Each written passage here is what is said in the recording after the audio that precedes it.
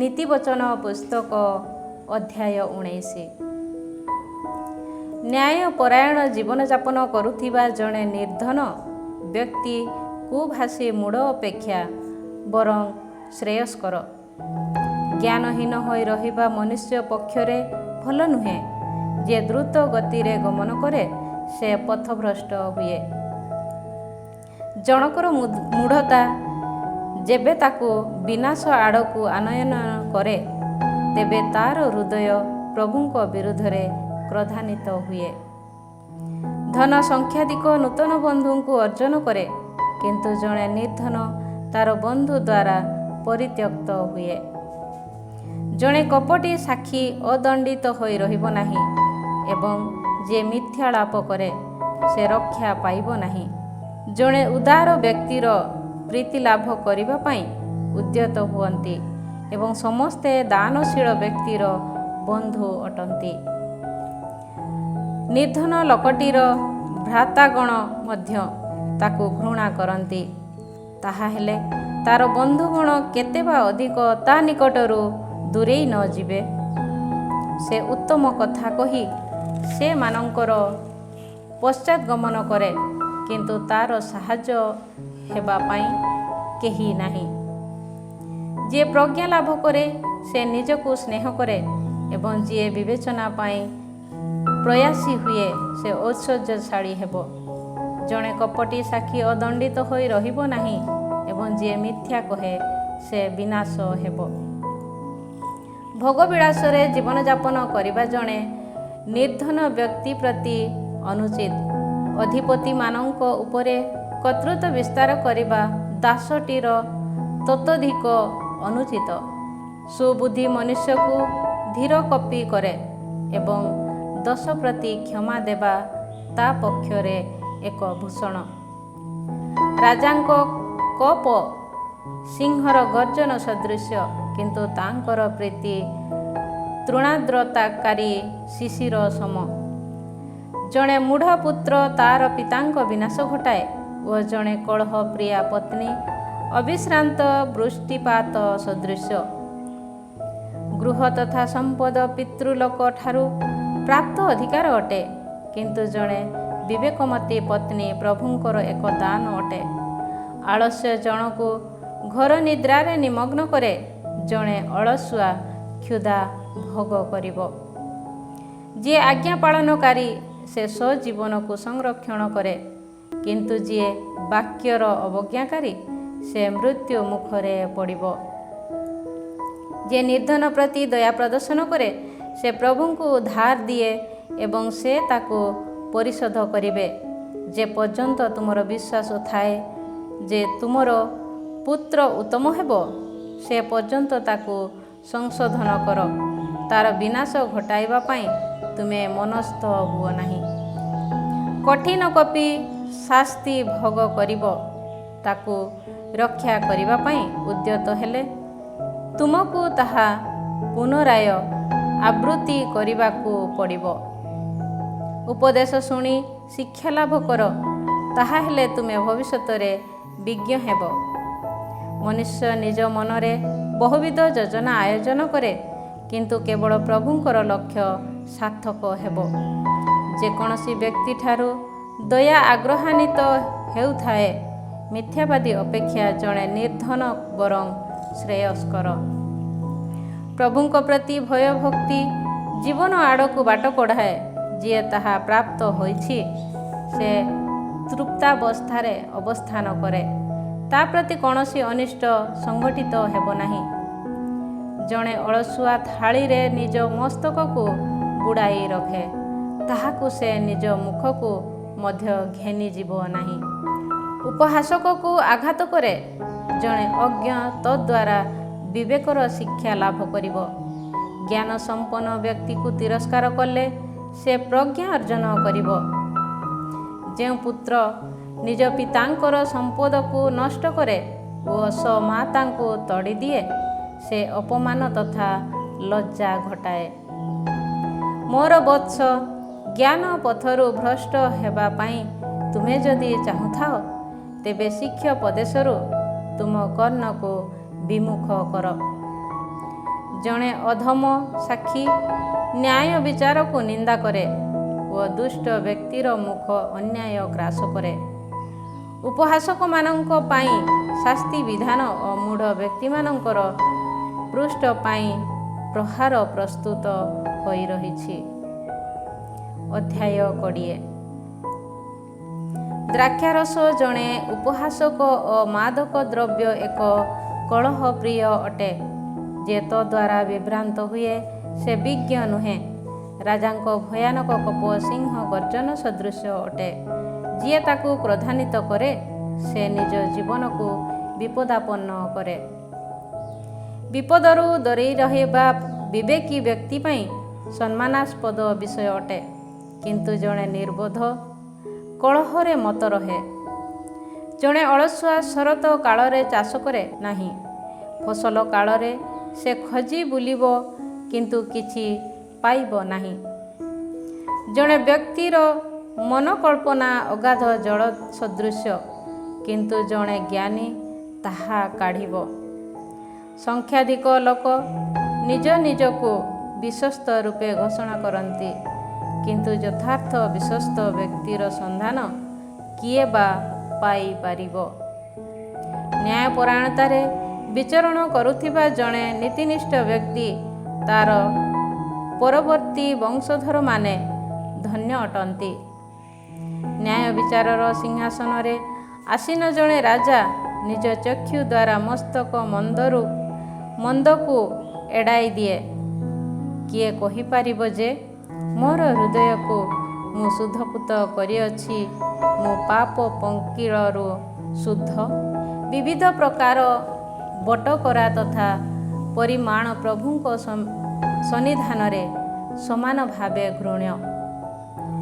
ନିଜର କର୍ମାବଳୀ ଯେ ନିର୍ଦ୍ଦୋଷ ତଥା ନ୍ୟାୟ ସଙ୍ଗତ କି ନାହିଁ ଏହା ଶିଶୁଗଣ ସୁଦ୍ଧା ସେମାନଙ୍କ କାର୍ଯ୍ୟକଳାପ ଜରିଆରେ ବିଦିତ କରନ୍ତି। ଶୁଣିବା ପାଇଁ କର୍ଣ୍ଣ ଓ ଦେଖିବା ପାଇଁ ଚକ୍ଷୁ ଏହି ଉଭୟଙ୍କୁ ପ୍ରଭୁ ସୃଷ୍ଟି କରିଛନ୍ତି।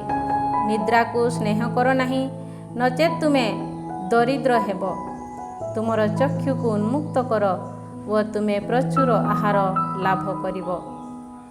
କ୍ରୟ କରିବା ବେଳେ କ୍ରେତା କହେ ଭଲ ନୁହେଁ ଭଲ ନୁହେଁ, କିନ୍ତୁ ତତ୍ପରେ ନିଜକୁ ଅଭିନନ୍ଦନ ଜଣାଇ ସେ ନିଜ ପଥରେ ଯାତ୍ରା କରେ। ସ୍ୱର୍ଣ୍ଣ ତଥା ବହୁମୂଲ୍ୟ ମୁକ୍ତା ସୁଲଭ ଅଟେ, କିନ୍ତୁ ଜ୍ଞାନ ସମ୍ପନ୍ନ ଅଧର ଏକ ମହାର୍ଘ ରତ୍ନ ଅଟେ। ଜଣେ ଅପରିଚିତ ଲୋକ ନିମନ୍ତେ ପଣ ସ୍ୱରୂପ ହୋଇ ରହିଥିବା ବ୍ୟକ୍ତିଠାରୁ ତାର ବସ୍ତ୍ର ଘେନିନିଅ ଓ ବିଦେଶୀ ସକାଶେ ପଣ ସଦୃଶ ହୋଇ ରହୁଥିବା ବ୍ୟକ୍ତିକୁ ବନ୍ଧକ ରଖ। ପ୍ରବଞ୍ଚନାତ୍ମକ ଭାବେ ଅର୍ଜିତ ହୋଇଥିବା ଆହାର ପ୍ରଥମତଃ ମଧୁର ଲାଗେ, କିନ୍ତୁ ତତ୍ପରେ ତାର ମୁଖ କଙ୍କର ଦ୍ୱାରା ଭରିଯିବ। ଆଲୋଚନା ଦ୍ୱାରା ସମସ୍ତ ଯୋଜନା ଆୟୋଜିତ ହୁଏ। ବିଜ୍ଞ ପରାମର୍ଶ ନେଇ ସଂଗ୍ରାମ କର। ଜଣେ ମିଥ୍ୟାବାଦୀ ବ୍ୟକ୍ତି ରହସ୍ୟ କଥା ପ୍ରକାଶ କରେ, ସୁତରାଂ ଜଣେ ମୂଢ଼ ବକ୍ତା ସହିତ କୌଣସି ସମ୍ପର୍କ ରଖ ନାହିଁ। ଯିଏ ନିଜର ପିତା କିମ୍ବା ମାତାଙ୍କୁ ଅଭିଶାପ ଦିଏ ତାର ପ୍ରଦୀପ ନିବିଡ଼ ଅନ୍ଧାର ମଧ୍ୟରେ ଲିଭିଯିବ। ଯେଉଁ ସତ୍ତାଧିକାର ଖୁବ୍ ଶୀଘ୍ରରେ ଅର୍ଜିତ ହୁଏ ତାହା ପରିଶେଷରେ ଆଶୀଷଯୁକ୍ତ ହେବ ନାହିଁ। କୁହ ନାହିଁ ଯେ ମୁଁ ଅନିଷ୍ଟ ପ୍ରତି ପ୍ରତିଶୋଧ ନେବି, ବରଂ ପ୍ରଭୁଙ୍କ ଠାରେ ଆଶ୍ରିତ ହୁଅ ଓ ସେ ତୁମର ସହାୟକ ହେବେ। ବିଭିନ୍ନ ପ୍ରକାରେ ବଟକରା ପ୍ରଭୁଙ୍କ ସନ୍ନିଧାନରେ ଘୃଣ୍ୟ। ଅଯଥାର୍ଥ ତରାଜୁ ଆଦୌ ଭଲ ନୁହେଁ। ମନୁଷ୍ୟର ପଦକ୍ଷେପକୁ ପ୍ରଭୁ ନିୟନ୍ତ୍ରଣ କରନ୍ତି, ତାହାହେଲେ ସେ କିପରି ନିଜ ପଥକୁ ବୁଝିପାରିବ? ଏହା ଶୁଦ୍ଧ ଅଟେ ବୋଲି କହିବା ଓ ବ୍ରତ ଗ୍ରହଣ କରିବା ପରେ ତା ସମ୍ବନ୍ଧରେ ଆଲୋଚନା କରିବା, ଏହି ଉଭୟ କାର୍ଯ୍ୟ ମନୁଷ୍ୟ ପ୍ରତି ଏକ ଫାଶ ଅଟେ। ଜଣେ ବିଜ୍ଞ ରାଜା ଦୁଷ୍ଟ ବ୍ୟକ୍ତିମାନଙ୍କୁ ଉଡ଼ାଇ ଦିଅନ୍ତି ଓ ସେମାନଙ୍କ ଉପରେ ରଥଚକ୍ରକୁ ବୁଲାନ୍ତି। ମନୁଷ୍ୟର ଆତ୍ମା ପ୍ରଭୁଙ୍କର ଏକ ପ୍ରଦୀପ ଅଟେ। ତାହା ତା'ର ଅନ୍ତରତମ ସ୍ଥାନକୁ ସନ୍ଧାନ କରେ। ବିଶ୍ୱସ୍ତତା ତଥା ସତ୍ୟତା ରାଜାଙ୍କୁ ସଂରକ୍ଷଣ କରେ। ନ୍ୟାୟ ପରାୟଣତା ତା'ର ସିଂହାସନକୁ ଦୃଢ଼ୀଭୂତ କରେ। ଯୁବକମାନଙ୍କ ଶକ୍ତି ସେମାନଙ୍କ ଗୌରବ ଅଟେ, କିନ୍ତୁ ଧୂସର କେଶ ବୃଦ୍ଧମାନଙ୍କର ଭୂଷଣ ଅଟେ। ଆଘାତଜନକ ପ୍ରହାର ମନ୍ଦ ତାକୁ ସୁଧପୁତ କରେ ଓ ଦଣ୍ଡାଘାତ ମନର ଅନ୍ତରତମ ସ୍ଥାନକୁ ଶୁଦ୍ଧ କରେ। ଅଧ୍ୟାୟ 21। ରାଜାଙ୍କ ହୃଦୟ ପ୍ରଭୁଙ୍କ ହସ୍ତରେ ଏକ ଜଳସ୍ରୋତ ସଦୃଶ। ସେ ତାହାକୁ ନିଜ ଇଚ୍ଛା ମୁତାବକ ଯେକୌଣସି ସ୍ଥାନକୁ ଅପ୍ରବାହିତ କରାନ୍ତି। ଜଣେ ମନୁଷ୍ୟର ଦୃଷ୍ଟିରେ ତା'ର ମାର୍ଗ ସକଳ ଉତ୍ତମ, କିନ୍ତୁ ପ୍ରଭୁ ହୃଦୟକୁ ଓଜନ କରି ଦେଖନ୍ତି। ନୈବେଦ୍ୟ ଉତ୍ସର୍ଗ କରିବା ଅପେକ୍ଷା ନୀତିନିଷ୍ଠ ତଥା ନ୍ୟାୟ ବିଚାର ପ୍ରଭୁଙ୍କ ସନ୍ନିଧାନରେ ଅଧିକ ଗ୍ରହଣୀୟ। ଦୁଷ୍ଟ ବ୍ୟକ୍ତିମାନଙ୍କର ପ୍ରଦୀପ ସଦୃଶ ହେଉଥିବା ଅବଜ୍ଞାକାରୀ ଚକ୍ଷୁ ତଥା ଗର୍ବିତ ହୃଦୟ ପାପଜନକ ଅଟେ। ଉତ୍ସାହୀ ବ୍ୟକ୍ତିମାନଙ୍କ ଆଲୋଚନା ଅବଶ୍ୟ ଐଶ୍ୱର୍ଯ୍ୟଶାଳୀ ହେବ, କିନ୍ତୁ ବିଚାର ଶୂନ୍ୟ ବ୍ୟକ୍ତିଗଣ ଅଭାବରେ ପଡ଼ନ୍ତି। ମିଥ୍ୟାବାଦୀ ଜିହ୍ୱା ଦ୍ୱାରା ଅର୍ଜିତ ସମ୍ପଦ ଏକ କ୍ଷଣସ୍ଥାୟୀ ବାଷ୍ପ ତଥା ମୃତ୍ୟୁର ଫାଶ ଅଟେ। ଦୁଷ୍ଟ ବ୍ୟକ୍ତିମାନଙ୍କ ହିଂସା ସେମାନଙ୍କୁ ଉଡ଼ାଇ ଘେନିଯିବ, କାରଣ ନ୍ୟାଯ୍ୟ ସମ୍ପାଦନ କରିବା ପାଇଁ ସେମାନେ ଅସମତ ହୁଅନ୍ତି। ଦୋଷୀମାନଙ୍କର ମାର୍ଗ କୁଟିଳ, କିନ୍ତୁ ନିର୍ଦ୍ଦୋଷୀମାନଙ୍କ ଆଚରଣ ସଳଖ। ଜଣେ କଳହପ୍ରିୟା ନାରୀ ସହ ଗୃହରେ ବାସ କରିବା ଅପେକ୍ଷା ଗୃହ ଛାତର ଏକ କୋଣରେ ରହିବା ବରଂ ଶ୍ରେୟସ୍କର। ଦୁଷ୍ଟ ବ୍ୟକ୍ତିର ମନ ଅନିଷ୍ଟ କାମନା କରେ। ନିର୍ଦ୍ଦୟ ଚକ୍ଷୁରେ ସେ ନିଜ ପ୍ରତିବେଶୀକୁ ଅବଲୋକନ କରେ। ଜଣେ ଉପହାସକ ଯେବେ ଦଣ୍ଡିତ ହୁଏ, ତେବେ ଜଣେ ସରଳମନା ବ୍ୟକ୍ତି ଜ୍ଞାନ ସମ୍ପନ୍ନ ହୁଏ। ଜଣେ ବିଜ୍ଞ ବ୍ୟକ୍ତି ଯେବେ ଶିକ୍ଷୋପଦେଶ ପାଏ, ତେବେ ସେ ଅଧିକ ଜ୍ଞାନ ଲାଭ କରେ। ନୀତିନିଷ୍ଠ ବ୍ୟକ୍ତି ଦୁଷ୍ଟ ଲୋକମାନଙ୍କ ଗୃହକୁ ନିରୀକ୍ଷଣ କରେ। ଦୁଷ୍ଟ ବ୍ୟକ୍ତିଗଣ ବିନାଶ କବଳରେ ନିକ୍ଷିପ୍ତ ହୁଅନ୍ତି। ଯିଏ ନିର୍ଦ୍ଧନମାନଙ୍କର କ୍ରନ୍ଦନ ଶୁଣେ ନାହିଁ, ସେ ନିଜେ ରୋଦନ କରିବ, କେହି ତା ପ୍ରତି କର୍ଣ୍ଣପାତ କରିବ ନାହିଁ। ଗୋପନରେ ପ୍ରଦତ୍ତ ଉପହାର କୋପକୁ ଏକ କଳରେ ପ୍ରଦତ୍ତ ଲାଞ୍ଚ ଉଗ୍ର କ୍ରୋଧକୁ ପ୍ରଶମିତ କରେ। ନ୍ୟାୟ ସମ୍ପାଦିତ ହେଉଥିବା ଦେଖି ଧାର୍ମିକମାନେ ସନ୍ତୋଷ ପ୍ରକାଶ କରନ୍ତି, କିନ୍ତୁ ଦୁଷ୍କର୍ମୀମାନେ ସେଥିରେ ଆକୁଳିତ ହୁଅନ୍ତି। ଯିଏ ଜ୍ଞାନ ପଥରୁ ବିମୁଖ ହୁଏ, ସେ ମୃତମାନଙ୍କ ସମ୍ମିଳନୀ ସ୍ଥାନରେ ବାସ କରିବ। ଯିଏ ଆରାମବିଳାସୀ, ସେ ଦରିଦ୍ର ହେବ ଓ ଯିଏ ଦ୍ରାକ୍ଷାରସ ତଥା ତୈଳ ପ୍ରତି ଅଭିଳାଷୀ, ସେ ଧନଶାଳୀ ହେବ ନାହିଁ। ଦୁଷ୍ଟ ବ୍ୟକ୍ତି ଧାର୍ମିକମାନଙ୍କ ନିମନ୍ତେ ଓ ଅବିଶ୍ୱସ୍ତ ବ୍ୟକ୍ତି ନୀତିନିଷ୍ଠ ଲୋକଙ୍କ ସକାଶେ ଏକ ମୋଚନ ମୂଲ୍ୟ ଅଟେ। ଜଣେ କଳହପ୍ରିୟା ତଥା କ୍ରୁଧା ନାରୀ ସହ ବାସ କରିବା ଅପେକ୍ଷା ମରୁ ପ୍ରାନ୍ତରେ ଅବସ୍ଥାନ କରିବା ଅଧିକ କାମ୍ୟ। ବିଜ୍ଞ ବ୍ୟକ୍ତିର ଗୃହରେ ବହୁମୂଲ୍ୟ ଧନ ସଞ୍ଚିତ ହୁଏ, କିନ୍ତୁ ଜଣେ ନିର୍ଦ୍ଧନ ବ୍ୟକ୍ତି ସେ ସମସ୍ତକୁ ଅପବ୍ୟୟ କରେ। ଯିଏ ନୀତିନିଷ୍ଠ ତଥା ଦୟାର ଅନୁସରଣ କରେ, ସେ ଜୀବନ ତଥା ଶ୍ରଦ୍ଧା ଲାଭ କରିବ।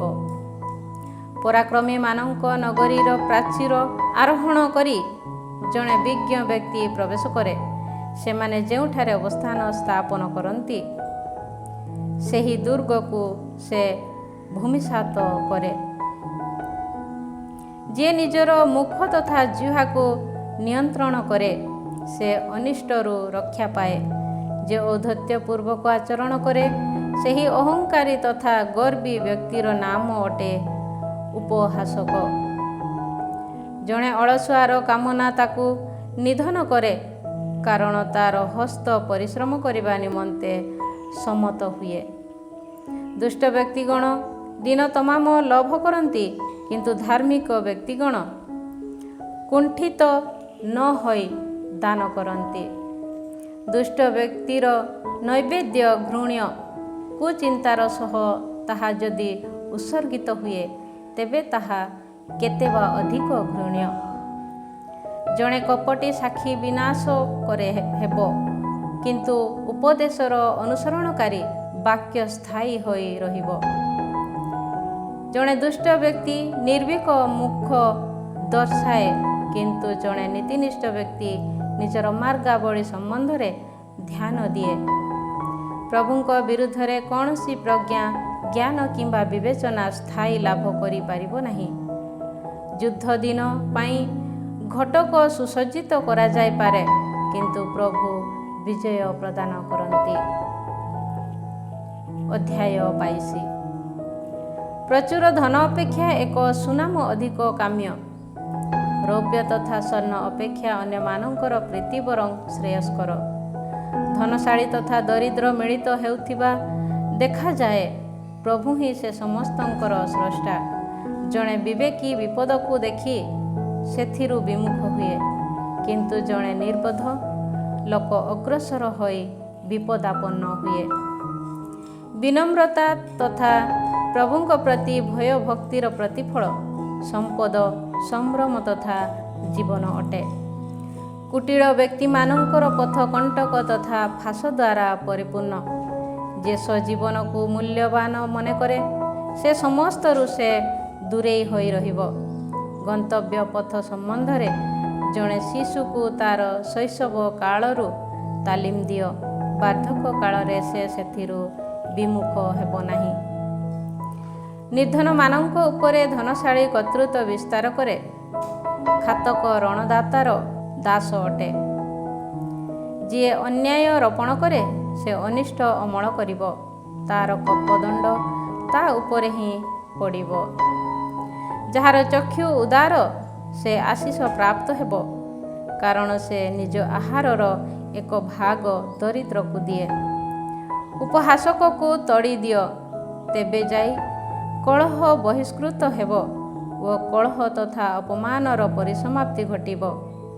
ଯେ ହୃଦୟ ନିର୍ମଳତାର ସ୍ନେହୀ ଓ ଯାହାର ବାର୍ତ୍ତାଳାପ ପ୍ରୀତିକର, ସେ ରାଜାଙ୍କ ମିତ୍ର ହେବ। ପ୍ରଭୁଙ୍କ ଚକ୍ଷୁ ଜ୍ଞାନ ପ୍ରାପ୍ତ ଲୋକକୁ ନିରୀକ୍ଷଣ କରେ, କିନ୍ତୁ ସେ ଅବିଶ୍ୱସ୍ତ ବ୍ୟକ୍ତିମାନଙ୍କ ବାକ୍ୟକୁ ଖଣ୍ଡନ କରେ। ଜଣେ ଅଳସୁଆ କହେ, ବାହାରେ ଗୋଟିଏ ସିଂହ ଅଛି, ମୁଁ ରାସ୍ତାରେ ନିହତ ହେବି। ଦୁଶ୍ଚରିତ୍ରା ନାରୀର ମୁଖ ଏକ ଅଗାଧ ଗର୍ତ୍ତ। ଯିଏ ପ୍ରଭୁଙ୍କ କ୍ରୋଧପାତ୍ର, ସେ ସେଥିରେ ପଡ଼ିବ। ଶିଶୁଟିର ହୃଦୟରେ ମୂଢ଼ତା ଗଚ୍ଛିତ ହୋଇ ରହିଛି, କିନ୍ତୁ ଅନୁଶାସନର ଦଣ୍ଡ ତାହାକୁ ବହିଷ୍କୃତ କରେ। ନିଜ ସମ୍ପଦକୁ ପରିବର୍ତ୍ତିତ କରିବା ପାଇଁ ଯିଏ ନିର୍ଦ୍ଧନମାନଙ୍କ ପ୍ରତି ଅତ୍ୟାଚାର କରେ କିମ୍ବା ଧନଶାଳୀକୁ ଦାନ କରେ, ସେ ନିଶ୍ଚୟ ଅଭାବରେ ପଡ଼ିବ। ଜ୍ଞାନୀମାନଙ୍କ ନୀତି ବଚନ। ମନୋଯୋଗ ପୂର୍ବକ ଜ୍ଞାନୀମାନଙ୍କ କଥା ପ୍ରତି କର୍ଣ୍ଣପାତ କର। ମୁଁ ଯେଉଁ ଜ୍ଞାନ ପୋଷଣ କରେ, ତାହା ପ୍ରତି ମନୋନିବେଶ କର। ତୁମେ ଯଦି ତାକୁ ତୁମ ଅନ୍ତରରେ ରଖ ଓ ସେ ସମସ୍ତକୁ ତୁମ ଅଧରରେ ପ୍ରସ୍ତୁତ କରି ରଖ, ତେବେ ତାହା ପ୍ରୀତିକର ହେବ। ତୁମେ ଯେପରି ପ୍ରଭୁଙ୍କ ଠାରେ ଆସ୍ଥା ସ୍ଥାପନ କର, ସେଥିପାଇଁ ମୁଁ ତାହା ତୁମକୁ ଆଜି ବିଦିତ କରିଅଛି। ମୁଁ କ'ଣ ତୁମ ନିମନ୍ତେ ଉପଦେଶ ତଥା ଜ୍ଞାନପୂର୍ଣ୍ଣ 30 ଗୋଟି ନୀତିବାକ୍ୟ ଲେଖି ନାହିଁ? ଯେଉଁମାନେ ତୁମକୁ ପଠାଇଛନ୍ତି, ସେମାନଙ୍କୁ ଯେପରି ଯଥାର୍ଥ ଉତ୍ତର ଦେଇପାର ଓ ତୁମେ ନ୍ୟାଯ୍ୟ ତଥା ସତ୍ୟ ବିଷୟ ବୁଝିପାର, ସେଥିସକାଶେ ତାହା ଉଦ୍ଦିଷ୍ଟ।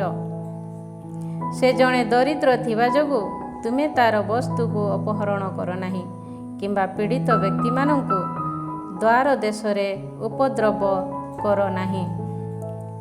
କାରଣ ସେମାନଙ୍କର ପକ୍ଷ ନେଇ ପ୍ରଭୁ ସେମାନଙ୍କୁ ସମର୍ଥନ କରିବେ ଏବଂ ଯେଉଁମାନେ ସେମାନଙ୍କ ଦ୍ରବ୍ୟ ସବୁ ଅଧିକାର କରିଥିଲେ, ସେମାନଙ୍କୁ ସେ ଜୀବନରୁ ବଞ୍ଚିତ କରାଇବେ। କ୍ରୋଧ ବ୍ୟକ୍ତି ସହ ବନ୍ଧୁତ୍ୱ ସ୍ଥାପନ କର ନାହିଁ କିମ୍ବା କ୍ରୋଧାନ୍ୱିତ ବ୍ୟକ୍ତିର ସହଗାମୀ ହୁଅ ନାହିଁ। ତାହା ଯଦି କରୁଥାଅ ତେବେ ତୁମେ ମଧ୍ୟ ତାର ମାର୍ଗାବଳୀର ଶିକ୍ଷା ଲାଭ କରିବ ଓ ତୁମେ ନିଜକୁ ଫାଶରେ ପକାଇବ। ଅନ୍ୟମାନଙ୍କର ଦେଣା ପାଇଁ ବନ୍ଧକ କିମ୍ବା ସେମାନଙ୍କ ପାଇଁ ପଣ ସ୍ୱରୂପ ହେଉଥିବା ବ୍ୟକ୍ତିମାନଙ୍କ ସଦୃଶ ତୁମେ ହୁଅ ନାହିଁ। ଋଣ ପରିଶୋଧ କରିବା ପାଇଁ ଯଦି ତୁମର କିଛି ନଥାଏ ତେବେ ତୁମର ଶଯ୍ୟାକୁ ନେଇ ଯିବା ସକାଶେ ତୁମେ ତାକୁ କାହିଁକି ସୁଯୋଗ ଦେବ?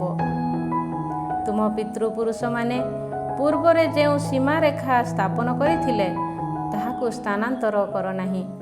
ନିଜ କର୍ମାବଳୀରେ ଦକ୍ଷ ଜଣେ ବ୍ୟକ୍ତିକୁ ତୁମେ କ'ଣ ଦେଖୁଅଛ?